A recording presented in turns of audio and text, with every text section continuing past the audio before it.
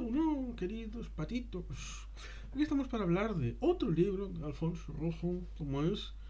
La Odisea de la Tribu Blanca. ¿A qué tribu blanca se refiere?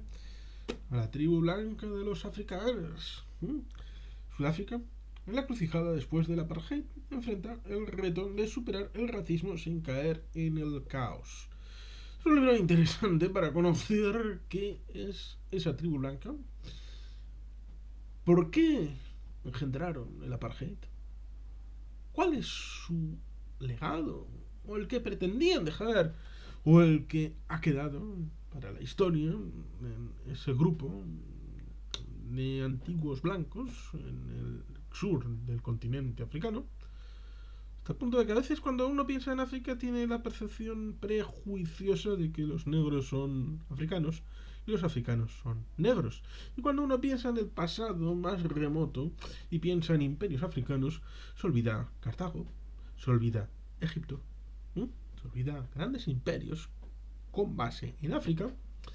que tuvieron un montón de predicamento y de relevancia. Incluso también se olvidan del imperio etíope, no conquistado por nadie, hasta ese momento en el que Italia, estas cosas que a veces pasan, pero solamente durante poco tiempo. Evidentemente, por ser cristiano. Porque a veces también se piensa en un África, a veces ligado al Islam, a veces ligado al animismo, pero también hay un montón de cristianos en África. Legado también de franceses, británicos, portugueses, italianos, españoles, belgas. Sí, seguramente. Y si uno piensa solamente en África con respecto al Corazón de las Tinieblas de Joseph Conrad, pues es parte de la historia africana. Leopoldo de Bélgica es parte de esa tragedia africana, pero hay muchas historias y África es un continente amplio y muy prolijo y muy recomendable de conocer las vicisitudes, porque uno tal vez también piensa que no hubo imperios en el pasado, y por ejemplo el imperio de Mali tuvo también su presencia en una proyección de poder a un territorio considerable, lo cual ciertamente hace que uno piense en una mayor proyección de África en la historia universal, o menos, dando en cuanto uno tenga unos prejuicios u otros. ¿Qué pasó? Pasó pues que evidentemente después de la Segunda Guerra Mundial, después de la muerte de Jan Smuts, que había sido el primer ministro del condominio de Sudáfrica, que resulta curioso porque Jan Smuts fue el único que firmó la paz de la Primera y la Segunda Guerra Mundial en nombre de su país, en este caso el Imperio Británico, versión Unión Sudafricana. Resulta muy curioso que este Jan Smuts había combatido contra los británicos en las guerras Boers, en la que Winston Churchill combatió por los británicos. Resulta también curioso el hecho del Transvaal y Orange, que habían sido parte de los africanos después de haber sido expulsados de la zona de Ciudad del Cabo por los británicos. Antes habían sido parte neerlandesa y parte portuguesa, recordando la etapa de Vasco da Gama y de los conquistadores del Pradao, de los navegantes, que está en Lisboa, inaugurado a comienzos del siglo XX, para aquellos que, por ejemplo, hicieron la circunnavegación por el Cabo de Buena Esperanza, frente de Ciudad del Cabo. Resulta bien interesante y apropiado mencionar todo esto, en tanto en cuanto el pasado acaba conformando las sociedades por sedimentación y por agregación de muchos elementos que van estableciéndose en esa visión que algunos tenían de que el sur de África era un lugar ignoto, despoblado, que los Xhosa y los zulúes no habían llegado tan abajo, por lo tanto era una terra nullis, una tierra libre de gente, y por lo tanto estos humanos que llegaron en el siglo XVII, si no recuerdo mal, llegaban a una tierra que no era de nadie y la cultivaron, un poco como algunos pretendieron ver en las alillas del final del siglo XIX, principios del XX, para Tierra Santa, las alillas de los judíos, comprando tierra a precio de oro, en este caso tomándola directamente porque no había nadie a quien comprársela. Y eso da carta de naturaleza al pensamiento de que esta tierra dada por Dios a los neerlandeses, lujoafricanos, tenía esa idea de que podía ser suya si la trabajaban duro con su concepción especial de la religión. Gente que necesitó salir de Europa, un poco como la salida en dirección a Plymouth con el viaje inaugural, aquel del buque, ¿cómo era? Bueno, no pasa nada. El buque aquel que es muy conocido de la ruta inaugural a las nuevas colonias de Estados Unidos en Norteamérica. Bueno, pues más o menos algo parecido para la dirección a África del Sur. Y evidentemente esa percepción les llevó a una cultura del trabajo, bueno, que digamos que luego posteriormente se haría famosa la ética protestante del trabajo. Y por lo tanto ciertamente ahí tenemos una conexión en donde pues, se trabajó duro, las granjas sobre todo, la percepción de la agricultura, la ganadería, que era lo que estaba más extendido. Incluso en el siglo XIX, cuando la industrialización estaba haciendo eco en tierras como la vasca, hubo gente que no quería ir a la fábrica a la zona de Eibar o la zona de la margen izquierda del río Nervión, sino pretendía seguir manteniendo la historia tradicional y por lo tanto se fueron de pastoreo a Idaho, a California, a Argentina, lo cual ciertamente incluso en tiempos tan postrer hubo esa idea en la construcción tradicional, un poco a semejanza de lo que la Biblia habla de Abel en confrontación de Caín, que es el urbanita, el industrializador, bueno, se dice que habitualmente también es la lucha entre los de la agricultura y la ganadería, pero eso ya sería meternos en camisas de 11 varas y con una basta. Evidentemente, el periodo de la Guerra Fría hubo dos bloques. Y el Congreso Nacional Africano, que aprendió de lo que vemos en la película Gandhi de 1982 de Richard Attenborough con Ben Kingsley como Gandhi, vemos esa situación en la que en Sudáfrica los de la minoría hindú son los que se rebelan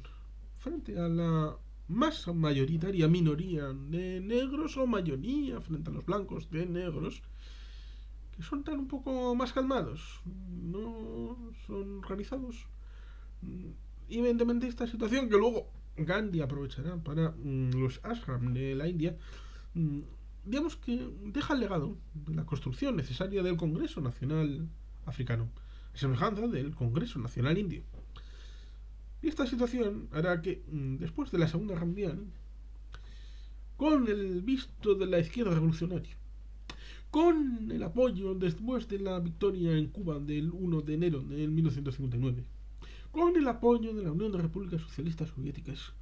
con terrorismo ejecutado dentro de la Unión Sudafricana, se estableció una situación en la que hubo una represión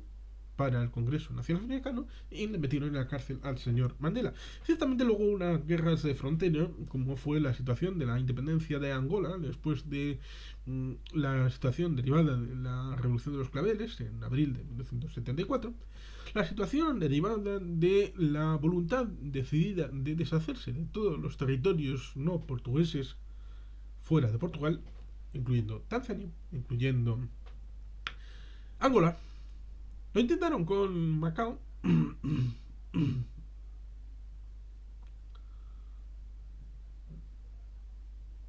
No era Tanzania, sino Mozambique. ¿Quién se ha dado cuenta? ¿Quién se ha dado cuenta? Venga, pues Mozambique y Angola. Tanzania era Tanganica y Zanzíbar. Y Zanzíbar era de donde era el señor Freddie Mercury. Bohemian Rhapsody. Tiene un conversatorio, no un vídeo en este canal, bien interesante. Conversatorios. Pues ya tendremos alguno de estas cosas del Índico en algún momento. Pero volvamos al asunto. Portugal quiere deshacerse de todo esto, otorga la independencia. Los comunistas toman el poder en Angola, se forma el Frente de Liberación Angoleño y enfrente se forma la UNITA, la idea de la independencia total de Angola, apoyado por la CIA, apoyado por los Estados Unidos, apoyado por la Unión Sudafricana. En unas guerras de frontera que en los años 80 tuvieron su importancia y la situación eclosionó en un punto de giro, como es la batalla de Cuito Cuanale, que es así tiene un conversatorio. Es así tiene un conversatorio en este canal,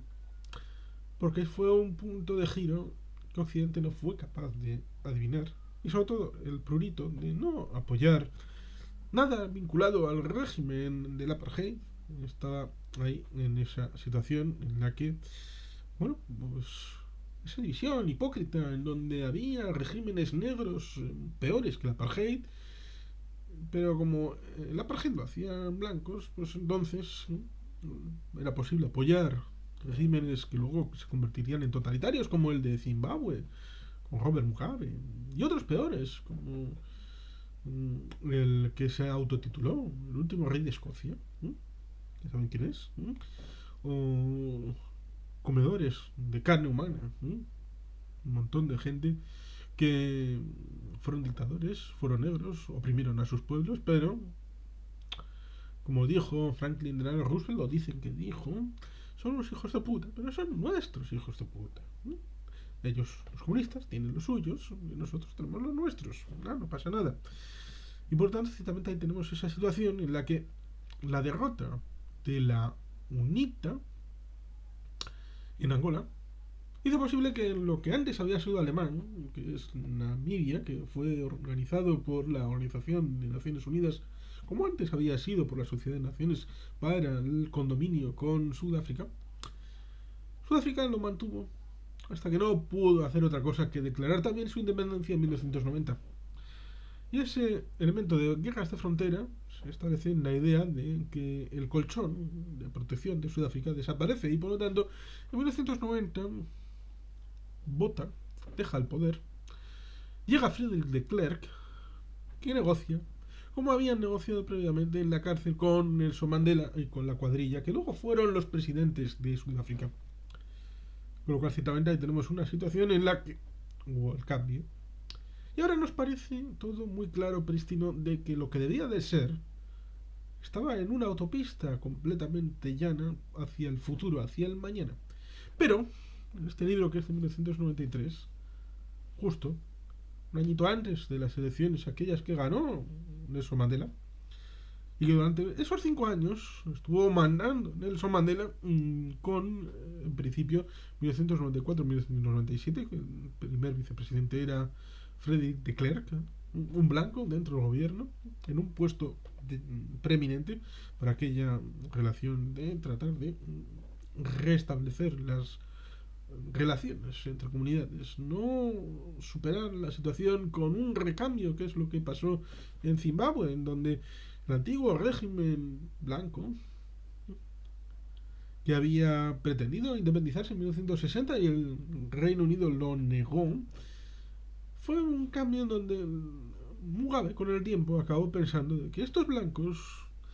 hay que hacerles lo mismo que lo que nos habían hecho a nosotros y por tanto hay que darles la vuelta. Hasta el punto de que en el siglo XXI empezó una destitución de las tierras, es decir, expropiese, ¿no? Le diría Hugo Chávez, expropiese, sin dar indemnización ni nada a aquellos que habían trabajado y tenían el conocimiento de cómo se explotaban esas tierras, lo cual ciertamente me recuerda el hecho de que en el año 1985-86, en la gran hambruna de Etiopía, la gente en Occidente, ¿cómo reaccionó? El Live Aid, We Are the World, fantástico, pero olvidaban que en ese lugar del mundo, desde los años 70, desde hacía 15 años, había un régimen comunista de extracción de los recursos, extractivo, criminal, que era colectivización de la tierra, y que era algo que ya se había probado en el Holodomor, en la Unión Soviética, en China, con la eliminación de los pajarillos que hacían un trabajo importante en el círculo de la vida, en la agricultura, hasta el punto de que hoy no hay gorriones en China. Y también en Cuba, un país que en 1959 era uno de los más ricos de América. Lo cual ciertamente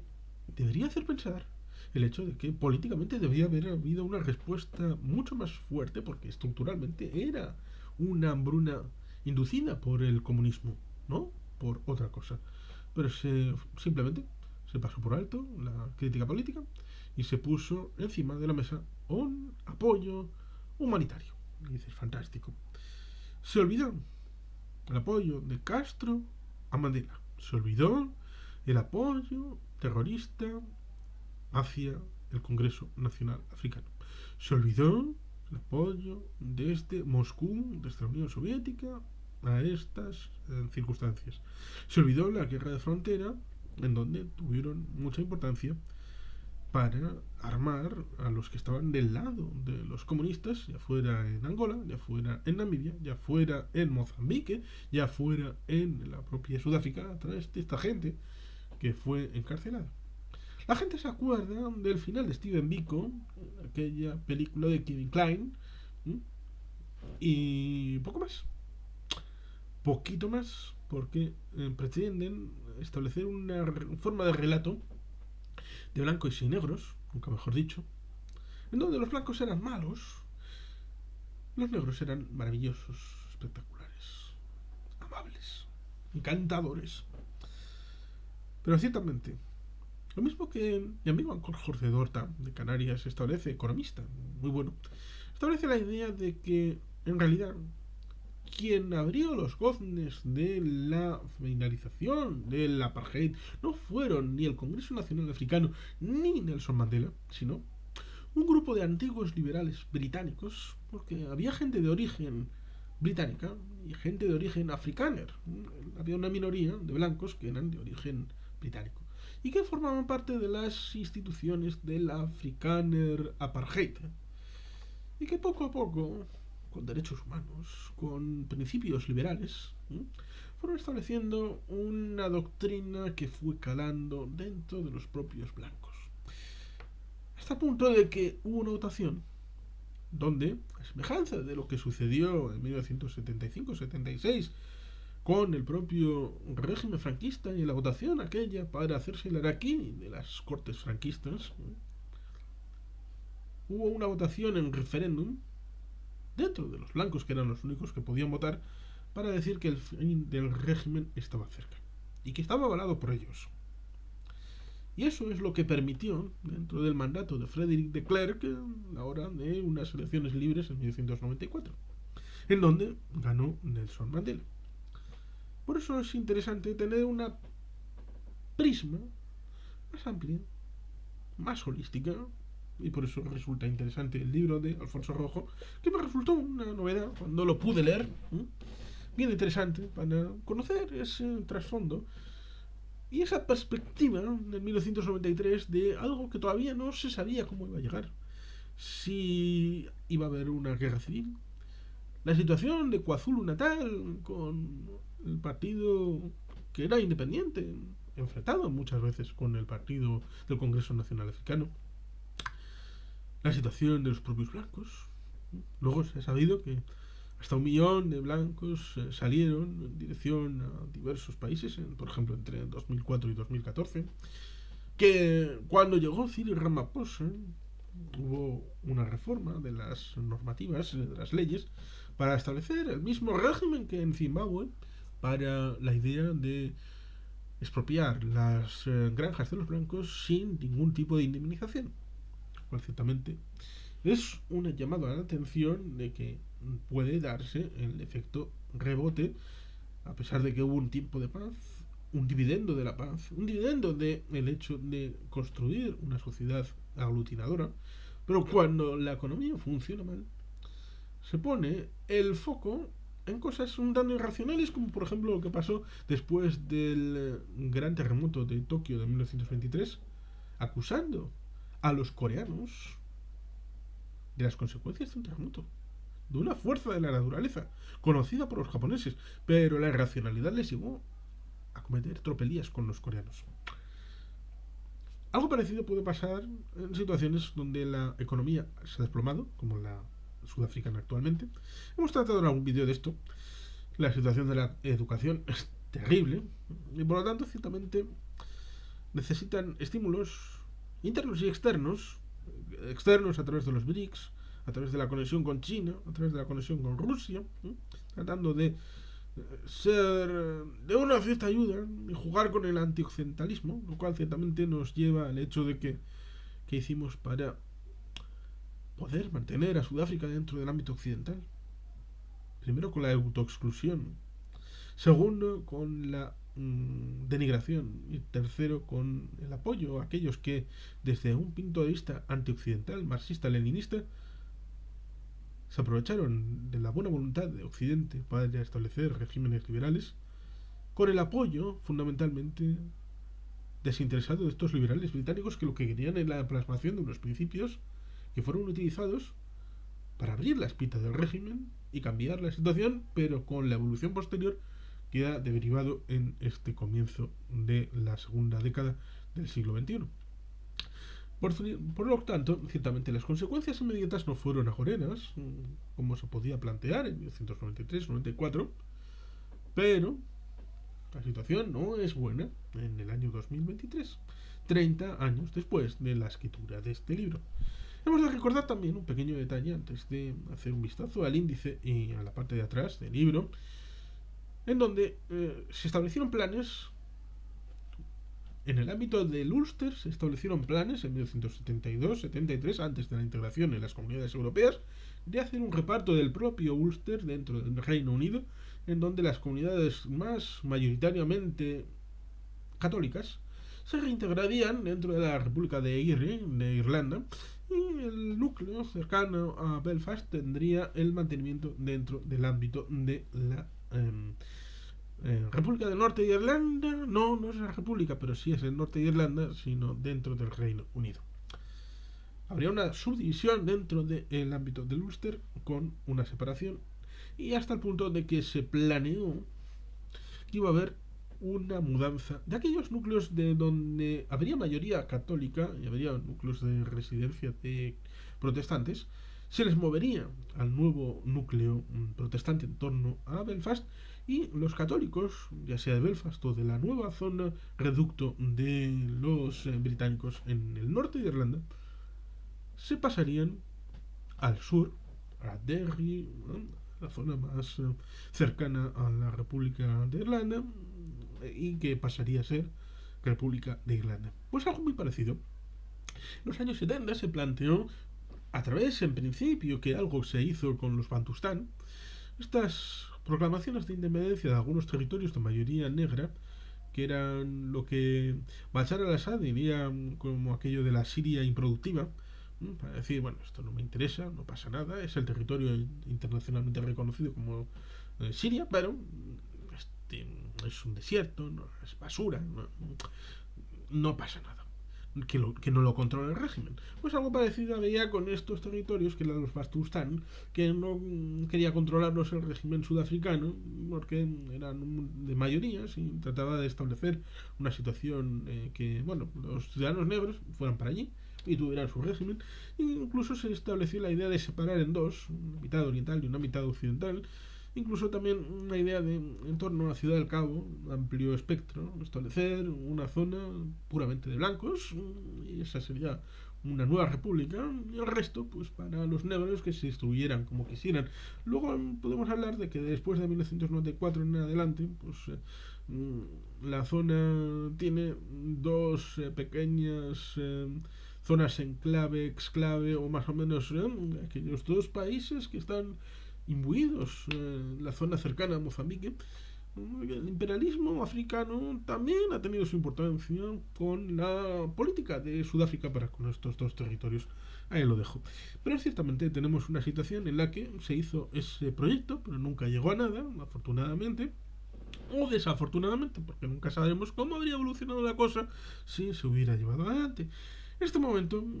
tenemos esa circunstancia de que después de todo esto se pensaba que el rayo irradiador de la democracia y la prosperidad económica de Sudáfrica podía llegar a buena parte del continente y a liderar proyectos de integración. ¿Ha sucedido así? No. No. No. Hasta el punto de que después, cuando en 1998 estemos inmersos en la guerra en el Congo, antiguo Congo belga, antiguo Zaire, Congo Kinshasa, a diferencia del Congo Brazzaville, que es el Congo francés, pues el impacto de Sudáfrica será nulo, prácticamente. No será capaz de frenar una guerra regional global en el continente africano. No será capaz de irradiar esa prosperidad más allá de la frontera del Congo, de la República Democrática del Congo. Por lo tanto, ciertamente tenemos una situación en la que la posteridad ha sido más beneficiosa a nivel pacífico de lo que se planteaba, pero los más buenistas han visto cómo han fracasado sus proyecciones en cuanto a convertirse en una potencia regional de gran tamaño y de gran peso internacional. Por lo tanto, ciertamente ahí está el legado de este cambio, que fue bueno en el momento, pero parece que se ha tornado vidrioso. Y había que reevaluar cosas como la establecida en esta odisea de la tribu blanca respecto a los negros, a los africanos, respecto a las consecuencias de la implosión del apartheid y cómo eso nos ha llevado al presente en estos 30 años de trayectoria. Pero bueno, aquí tenemos esta situación de este libro de Alfonso Rojo, que como digo es recomendable el poder transitar sobre ello, porque habla de un grano de pimienta, la pérfida Albión, el Napoleón Negro, los expulsados del Edén, el gran Trek, la memoria de los africanos, desayuno con diamantes, la pirámide de la Pargé, sangre en Sharpeville, los Ameres Negros, uno de los nuestros, la liberación de Mandela, los impis de Inkatha, el partido este de KwaZulu Natal, de los zulúes, la madrastra de la nación, un colono, una bala. También es importante ver el terrorismo de los negros que existió, y por eso se pensó que en 1993 que podía haber una guerra civil en Sudáfrica. La tentación de las maletas, esto de marcharse a otro lugar, los custodios del Santo Grial, el puzzle constitucional, el amor en los tiempos de cólera, la tierra prometida, la bomba, el látigo y la espada. Ciertamente, aquí aparte, en la parte de atrás, dice: a lo largo de casi 3 siglos y medio, esta cerca institucionalizada en miles de leyes el apartheid, que excluía a los negros y perseveraba en la ilusión de que Sudáfrica era realmente un país meramente blanco, pero vivía en el cono sur del continente. Durante todo este tiempo existió una división que separaba a blancos y negros en sus zonas de residencia, sus colegios, sus lugares de diversión, sus instituciones políticas, sus trenes, autobuses, taxis, ambulancias, hospitales e incluso en los cementerios. Era un país insólito, donde la gente ocupaba el mismo espacio pero vivía en dimensiones temporales diferentes, ignorándose unos a otros, percibiendo distintas realidades. En un inaudito referéndum efectuado el 17 de marzo de 1992, el 68,7% de los blancos sudafricanos votó en favor de negociar el fin de su, hasta entonces, minoritario y absoluto dominio. Y ahora el país se enfrenta al cambio en medio de tremendas tensiones y del vértigo que provoca lo desconocido. El éxito o el fracaso de esta transición va a tener consecuencias profundas en todo el continente. Sudáfrica necesita imperiosamente seguir siendo próspera. Es un reto crucial en el resto de África. El colapso del dominio blanco fue seguido de la inestabilidad crónica y el empobrecimiento. Para eludir esta maldición, Sudáfrica está obligada a reconciliar a los grupos negros rivales que desde su legalización en 1990 se atacan con crueldad inaudita. Es decir, en aquel momento se atacaban más entre sí los grupos de negros que entre estos y los blancos. Debe mejorar dramáticamente el nivel de vida y persuadir a los 5 millones de ciudadanos blancos para que permanezcan en el país con su dinero y su talento, porque sin su contribución la economía se paralizaría y el caos más espantoso sería inevitable. Evidentemente,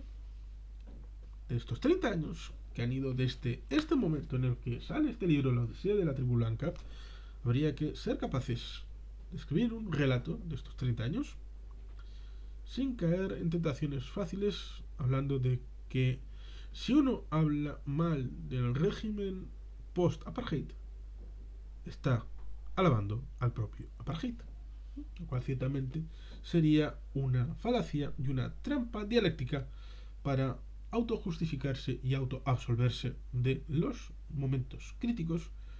llevados al mal por las administraciones del Congreso Nacional Africano y de los diferentes presidentes, ya fuera el propio Thabo Mbeki, que fue negacionista del condón, negacionista del SIDA, luego gente como Jacob Zuma, polígamo, el único Zulú, amigo de Nelson Mandela, y el actual Cyril Ramaphosa, que digamos que es uno de los últimos que son de la camarilla de Mandela, en aquel momento en el que el 89-90 fue cuando se negoció el fin del régimen con la llegada de Frédéric de Klerk a la presidencia y que había sido vicepresidente en el gobierno anterior. Y por tanto, ciertamente la historia merece ser contada de una manera prístina, sin regaños ni regates, a la hora de transmitir la idea de qué ha pasado en Sudáfrica. Y por eso es interesante, para conocer lo que pasaba antes de ese 1993, antes de la llegada de Mandela, libros como este, La Odisea de la Tribu Blanca, deben estar en la lectura obligada. Y por supuesto, luego habrá que hacer el relato de estos 30 años con todas las dificultades y porque las promesas, las buenas y también las malas, pero las dos, no han llegado a materializarse, lamentablemente, para las perspectivas buenas, cosa que debe hacer pensar que más allá de blancos, negros, hay otros parámetros para valorar y potenciar un país en su estabilidad y crecimiento. En fin, queridos patitos, sin más, es que ricasco, aurora bat, beti gelpean.